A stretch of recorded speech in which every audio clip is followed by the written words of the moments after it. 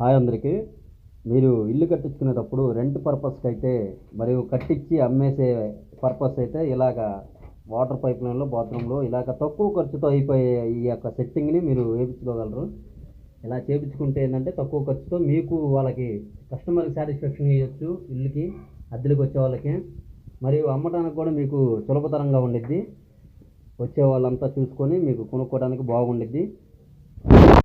మనకి కొత్త బిల్డింగ్ అయితే అనేక మోడల్స్ అనేది ఉన్నాయి. ఆ అనేక మోడల్స్ అన్నీ పెట్టించుకునే పర్పస్ అయితే సొంతగా ఉండేటట్టయితే ఎక్కువ ఖర్చుకే ప్రాధాన్యత ఉండిద్ది.